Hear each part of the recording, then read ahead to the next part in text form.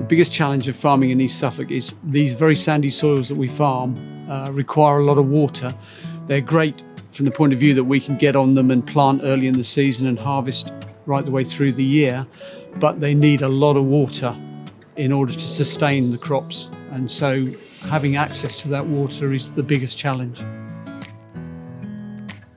We're trying to achieve a very logical outcome, which is to reverse the pumping of drainage water that comes out of Felixstowe and Ipswich and surrounding farmland, currently pumped into the North Sea, which seems illogical when we're desperate for that fresh water in our reservoirs.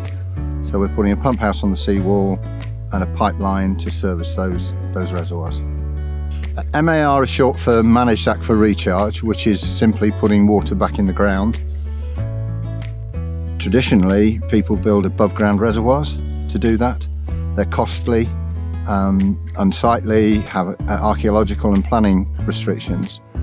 And so we thought, why not explore a means of just putting the water back in the ground where there's plenty of space. The funding was achieved through a mix of grant funding through the European Interreg fund called Fresh 4 Seas, and they supply 50% of the capital.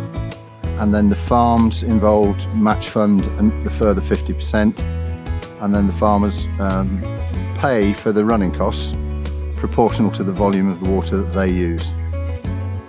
By the middle of the century, we've got to find almost twice as much water as we have access to now to service industry, domestic use, the environment and agriculture. So projects like this are going to be vital.